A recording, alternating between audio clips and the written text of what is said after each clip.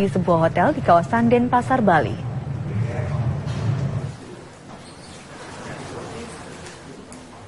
Gitaris band Geisha, Robby Satria, kembali berurusan dengan polisi. Ia ditangkap pihak kepolisian karena memiliki ganja seberat 1,46 gram ganja kering. Penangkapan ini berawal dari laporan seorang tukang ojek online yang merasa curiga dengan barang yang akan diantarnya. Polisi pun kemudian melakukan pemeriksaan terhadap laporan ini. Dan ketika penggerbekan dilakukan, Robby Satria sempat mencoba untuk menghilangkan barang haram tersebut dengan membuangnya dari kamar hotel tempat ia menginap. Kemudian ada upaya untuk yang bersangkutan menghilangkan atau menyingkirkan barang bukti ini, namun akhirnya petugas berhasil mengamankan yang bersangkutan bersama barang buktinya, dan yang bersangkutan juga mengakui bahwa barang bukti ini adalah untuk yang bersangkutan terima. Robby sempat meminta maaf kepada pihak keluarga dan teman seprofesinya karena tersangkut kasus narkoba. Saya minta maaf kepada orang tua saya, mungkin kepada siapapun mereka yang mengenal orang tua saya. Saya berharap mereka bisa merangkul orang tua saya, bukan menyudutkan dan memojokkan, tapi merangkul mereka, karena bagaimanapun juga dia adalah orang tua saya, dan mereka harusnya mendapatkan hak yang sama seperti manusia lainnya. Untuk melanjutkan proses hukum, polisi akan melakukan tes urin kepada Robby. Dari Badung, Bali, Alfani Sukri, TV One mengabarkan. Iya, kemudian lalu bagaimana kelanjutan dari pemeriksaan dari Robby Satria? Kita akan bertanya langsung dengan Kapolres Badung, AKBP Tony Binsar. Selamat sore, Pak Kapolres. Selamat sore, Mas Juan. Selamat sore, Mbak Paramita. Baik, Pak Kapolres, bisa diceritakan sedikit kronologis dari ditangkapnya begitu ya tersangka ini atas kepemilikan ganja. Baik. Ya. Jadi pada Kamis dini hari kurang lebih pukul 01.30 waktu Indonesia bagian tengah, petugas dari unit reskrim Polsek Kuta Utara mengamankan seorang pria bernama RS, di mana pada saat ditemukan yang bersangkutan memiliki satu lincing ganja dengan seberat 1,46 gram. Pada saat ditemukan, yang bersangkutan sempat melakukan upaya untuk menghilangkan barang bukti dengan membuang barang bukti tersebut. Namun petugas berhasil mengamankan dan mengumpulkan barang-barang tersebut, sehingga ketika dilakukan pemeriksaan dan yang bersangkutan juga sempat menyampaikan permohonan maaf karena telah melakukan kepemilikan barang bukti ganja. Ya. Adapun barang bukti tersebut didapatkan dari rekan yang bersangkutan yang ada di Denpasar juga. Kemudian melalui jasa pengiriman atau kurir, yang bersangkutan memesan barang tersebut. Namun karena sempat terjadi beberapa kali pembatalan, sehingga petugas kurir merasa curiga dan membuka barang bukti tersebut dan mengetahui bahwa ada barang bukti yang sejenis ganja, kemudian dilaporkan ke Polsek Kuta Utara, sehingga petugas dari Polsek bersama-sama dengan kurir menuju ke lobi hotel yang bersangkutan dan menemukan yang bersangkutan pada saat penyerahan barang bukti tersebut.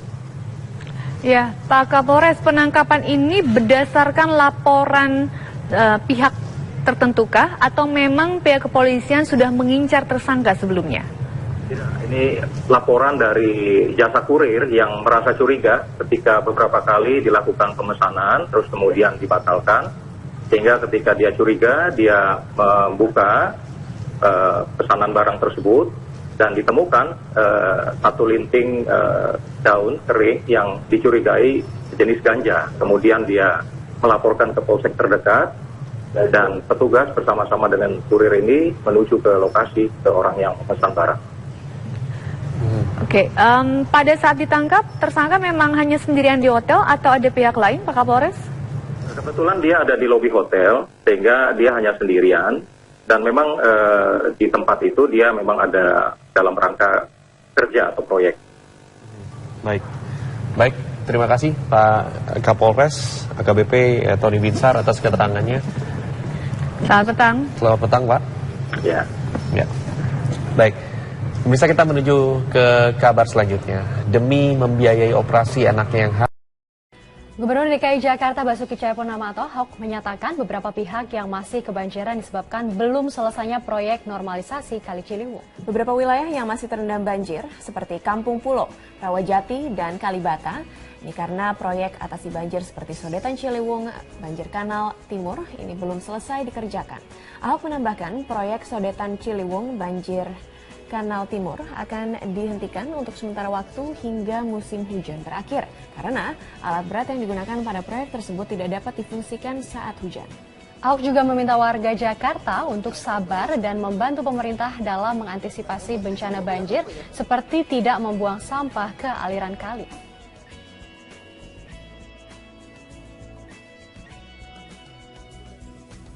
Kenapa bisa banjir di atasnya Kalibata? Karena ketahan jembatan itu kayu-kayu. Nah coba kalau nggak ada jembatan itu, kan langsung plong lari. Pompa ada beberapa yang nggak baik juga. Nah, saya nggak tahu. Ini makanya saya katakan kenapa nggak diperbaiki. Ini memang ada semacam kesengajaan. Nah kita akan evaluasi, yang jaga pompa nggak mau dirapiin, masih rusak, kita akan berhentikan. Kita ke informasi lain, pemirsa, ribuan metrik kubik sawah yang menutupi aliran sungai Ciliwung di bawah jembatan Kalibata Pancoran, Jakarta Selatan ini dibersihkan oleh petugas dengan menggunakan alat berat. Puluhan petugas dari Dinas Kebersihan dibantu puluhan personil TNI sejak hari Selasa pagi berusaha membersihkan tumpukan sampah yang menghalangi aliran sungai Ciliwung. Banyaknya material sampah, diantaranya berupa kayu dan bambu, membuat petugas menggunakan alat berat untuk melakukan pengangkutan.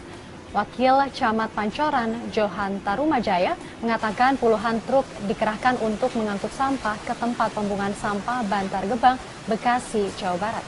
Sampah-sampah ini harus segera diangkut agar arus air di Kali Ciliwung bisa kembali normal sekaligus menghindari timbulnya banjir di pemukiman yang berada di bantaran Kali Ciliwung.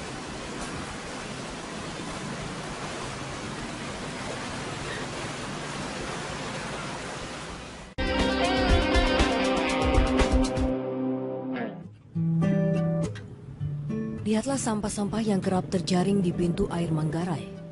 Di antaranya banyak sampah alam seperti ranting pohon.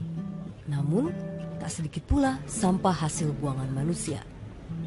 Inilah sosok Sutisna yang sudah 2 tahun bergelut menghadapi sampah yang menumpuk di pintu air Manggarai setiap musim penghujan tiba. Nah, kalau untuk sampah sih kita tergantung cuaca juga ya. Kalau semacam cuaca musim hujan begini emang selalu banyak. Nah, kalau untuk semacam kayak contoh kayak gini emang jelas kewalahan kalau buat tenaga manual. Kita kadang-kadang kan sampah bukan sampah apa yang ringan-ringan. Bambu juga semacam pohon-pohon gede besar kan. Membersihkan sampah yang tersangkut di pintu air Manggarai sudah menjadi makanan sehari-hari Sutisna selama 2 tahun terakhir. Pria berusia 35 tahun ini tak sendiri. Ia ditemani 7 orang petugas kebersihan lainnya, bergantian jam jaga setiap hari selama 24 jam. Di pinggiran kali gini kita ya minta kesadarannya aja lah. Kita buat jaga dari banjiran juga. Kita buat saling ini jaga kebersihan juga lah. Mencegah datangnya banjir bukan hanya pekerjaan Sutisna dan pemerintah DKI, tapi juga masyarakat untuk tidak membuang sampah lagi sembarangan. Clara Alverina, Ajat Hudianto, Metro TV. Ya, Anda kembali menyaksikan It Eleven Show, masih dengan perbincangan kita dengan Kepala Dinas Kebersihan, Pak Haji. Pak Haji, kita juga tadi Pak beritanya petugas kebersihan bekerja. Ini sistemnya gimana sih Pak sebenarnya untuk para petugas ini juga bisa setiap mengontrol juga, membersihkan juga, karena kan kita tahu juga sudut kota Jakarta ini bisa dikatakan hampir banyak juga yang mengalami penumpukan sampah. Ya. Jadi begini, kami membagi mereka di semua ruas-ruas kali, sungai, waduk, danau. Ya, artinya mereka kita tempatkan sesuai dengan beban kerjanya, sesuai dengan jumlah personilnya di lokasi-lokasi yang sudah kita plotting. Misalnya di Banjir Kanal Timur, di Banjir Kanal Barat, ya, di Kali Mukefart, di Cengkareng, dan artinya sudah ada kita tempatkan personil berikut juga dengan pengawas dan pemantaunya. Nah, tugas mereka lah nantinya yang harus mereport penanganan sampah selama di 8 jam itu. Tapi kita atur piket, nanti ada yang juga datang siang, apalagi di musim penghujan begini, nggak boleh semuanya dari pagi hanya sampai siang dan sore, habis itu malam dan paginya kosong. Justru kita mulai mengatur penempatan personil mereka di alat-alat berat yang kita tempatkan. Yang pertama alat beratnya juga harus aman, yang kedua juga mereka harus mengatur setiap perkembangan ketinggian air yang ada di lokasi tempat beban mereka. Ada berapa personil yang dikerahkan untuk semuanya total ada 4.300. 4.300 itu di dalamnya juga sudah ada operator alat berat. Kemudian tadi para pembersih kali dan sungai.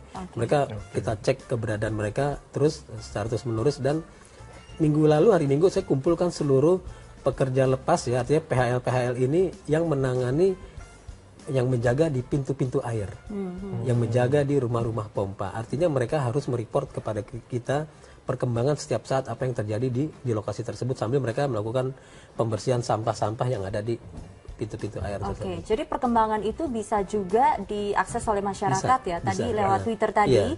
Kemudian ada Smart City. Ada ya, DKI meluncurkan adanya Smart City atau Clue ya. Silakan masyarakat dengan Androidnya, smartphone-nya bisa langsung memfoto apapun kejadian, baik masalah sampah, masalah pertamanan, masalah PKL dan lain-lain, yang langsung bisa dimonitor oleh para lurah sampai dengan Pak Ahok, Pak Gubernur yang akan memantau kinerja kita dalam penanganan permasalahan di ibu kota. Jadi masyarakat bisa ikut berpartisipasi, memberikan informasi, gitu. Kita pantau sama-sama lah ya, seperti itu bagaimana kondisi kali. Lalu target berikutnya ini fokusnya di mana? Daerah sebelah? Ya, yang sebetulnya begini, penanganan sampah khususnya di kali, sungai, waduk dan danau ini kan juga membutuhkan peran serta masyarakat. Tidak bisa semuanya hanya dibebankan kepada peran dari para petugas kebersihan yang ada di kali dan sungai. Ya, jadi kami mohon masyarakat, contoh yang sudah baik misalnya ada di kawasan Ciliwung Condet, itu ada namanya Masyarakat Peduli Ciliwung, MAPECI singkatannya. Nah, kemudian ada komunitas-komunitas yang lain yang mereka peduli terhadap kebersihan kali dan sungai. Kita harapkan warga Jakarta pertama tidak buang sampah ke kali dan sungai. Yang kedua, yang terpenting adalah menghadapi musim penghujan ini, saluran-saluran penghubung mikro. Kami juga membersihkan itu, Dinas Kebersihan juga melakukan pembersihan itu, PU Air juga lakukan itu. Tetapi yang terpenting ada PPSU, ada warga masyarakat, ada RT, ada RW. Justru di musim penghujan ini lebih aktif melakukan pembersihan terhadap saluran got ataupun ya saluran penghubung yang mikro itu. Karena penyumbatan yang ada di situ justru membawa dampak bagi genangan air yang ada di jalan-jalan. Jadi jangan hanya mengandalkan kerja daripada Dinas Kebersihan, tapi masyarakat turut membersihkan juga. Kemudian himbauan untuk tidak buang sampah sembarangan. Ada sanksinya nggak sih sejauh ini? Di Perda 3 2013 ada. Kalau bagi pelaku pembuang sampah di kali dan sungai itu ada denda 500.000 per orang. Kemudian bagi yang mereka buang sampah di jalan dan lain-lain ada denda 100.000 rupiah per orang. Tetapi memang kita sekarang lebih fokus, Pak Gubernur bahkan suruh ada kerja sosial, suruh nyapu-nyapu, ya, suruh bersih-bersih lingkungan. Nah, ini kita juga mendorong hal itu. Sekarang mungkin sosialisasi tahapannya sudah cukup, ya. Kita harus lebih fokus untuk melakukan upaya yang lebih lebih optimal kepada pelaku pembuang sampah. Kita lakukan operasi tangkap tangan, ya kan. Kami melakukan istilahnya mengingatkan mereka untuk tidak buang sampah sembarangan gitu.